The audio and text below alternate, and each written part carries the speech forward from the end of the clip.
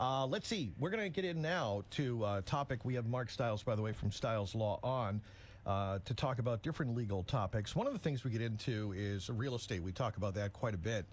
And this is something, you see that, Dave DeCoste, where you see, for sale by owner. You say, well, I'm going to try and sell my home. Maybe I'm just going to put it on Facebook. And, the market is so good, I don't need a real estate agent anymore. I'm just going to go and do my own thing.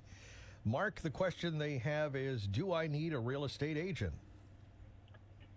It's an interesting question, and I know we've talked about this before, and as the markets shift, people tend to forget, or they decide maybe this is an opportunity to quote unquote save that 5 or 6% commission, but that commission is so well earned, and you realize it only when you've made the mistake of trying to do this yourself. So being proactive, we're trying to let people know that this is not a strong strategy for selling your house, and there's a number of reasons for it, right? So most importantly, do you know the value of your home, right?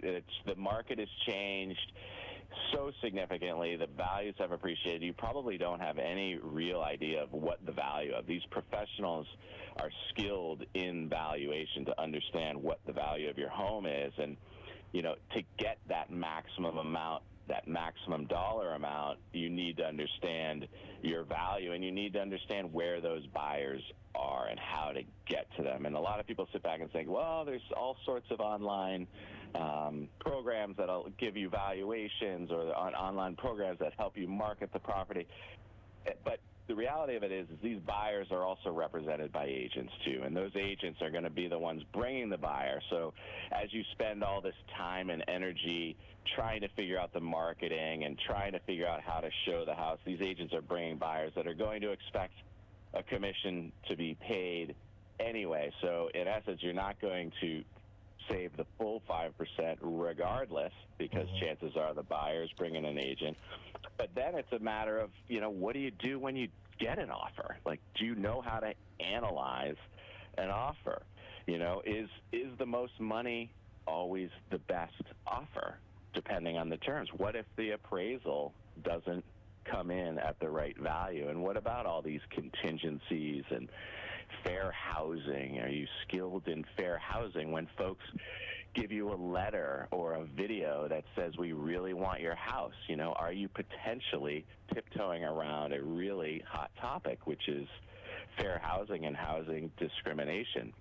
And the strategy of it all, where are you going? Where are you going to go from here? What are you doing with capital gains? Have you met the appropriate team members and analyzed with the professionals that are necessary? Have you been working through a forbearance? Is it a situation where you need to hurry up and get the closing done, and you think by utilizing or not utilizing a professional might actually help? I have to stress over and over and jump up on the soapbox that you want to be proactive. You need to use professionals, right? If you had appendicitis, you're not going to go into your kitchen and grab a steak knife and take care of that appendicitis. I can see it on YouTube. I'll figure it out. It's like in real estate.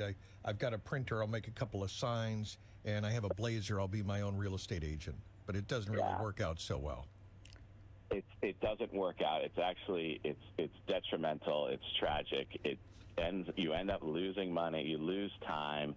The emotion of selling your own home, to have that professional insulate you from those emotional decisions. You have an objective decision maker helping guide you, as opposed to getting into the weeds and the nuances of every little detail. At the end of the day, the stats are very clear. You net will make much more money on the sale of your house with a professional, and you eliminate all of the headaches. Good stuff. All right, well, that's important to think about, Dave, when we're getting ready to sell the home. He makes an excellent point about the neighborhood and the ability to value, because I'm sure, as he can point out, the values are going up and up depending on where the neighborhoods are, and some neighborhoods are just extraordinary values.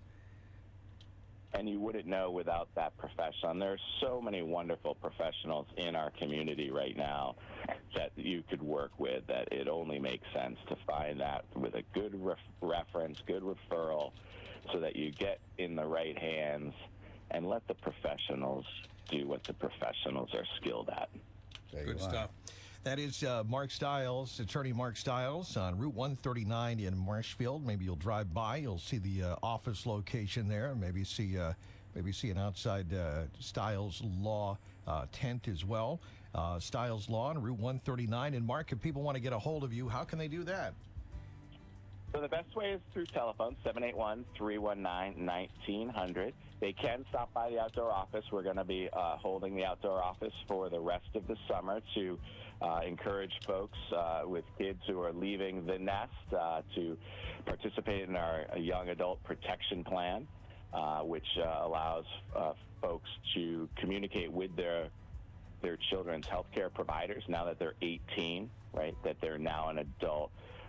Sometimes they are having trouble communicating with the healthcare providers, so we're putting together a package for the young adults so that the parents can stay in tune. But 781-319-1900, our YouTube channel has a number of valuable videos to check out at Stiles Law on YouTube.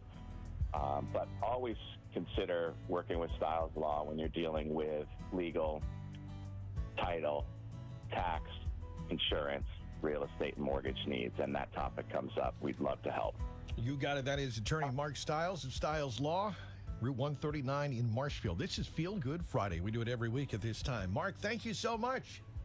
Thank you. Have a great week next week, Rob. Thank We'll you. miss Yeah. ya.